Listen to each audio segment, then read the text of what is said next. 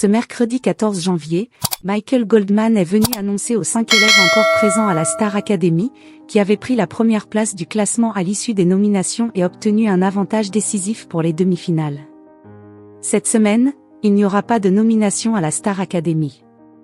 Dès la fin du dernier prime, Michael Goldman a en effet annoncé aux élèves qu'ils étaient tous soumis au vote, avant de les lancer dans la foulée.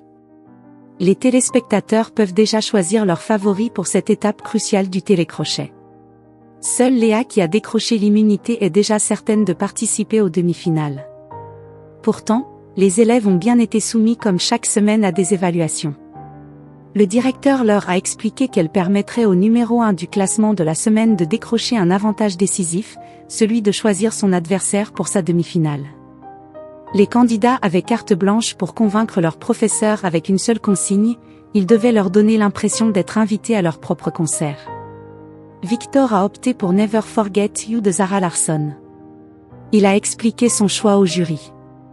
Parce que c'est typiquement le genre de musique que j'aimerais faire après la Star Academy. De la pop, un peu dense, mais quand même vocale, a-t-il indiqué. Et le moins que l'on puisse dire, c'est que sa prestation a bluffé ses camarades. C'était monstrueux. C'était une performance de l'Eurovision, par exemple. Je trouve que c'est culotté de choisir une chanson aussi dure, parce que ce genre de chanson, ça rend bien en studio ou en live avec des backs, mais je trouve ça impressionnant de le faire là, comme ça, tout seul. Je suis choqué, s'est exclamé Bastien, sous le charme. Reste à savoir si les professeurs partageront son point de vue. Ambre avait, elle, opté pour Faux semblant de la chanteuse Annabelle. Les candidats ont rassuré leurs camarades de jeu en soulignant que les professeurs avaient semblé emballés par sa prestation. Il était sonné, a ainsi remarqué Sarah à propos de Michael Goldman. À la fin de la quotidienne, ce mercredi 14 janvier, le verdict est tombé. Michael Goldman a ainsi dévoilé aux élèves le classement de la semaine.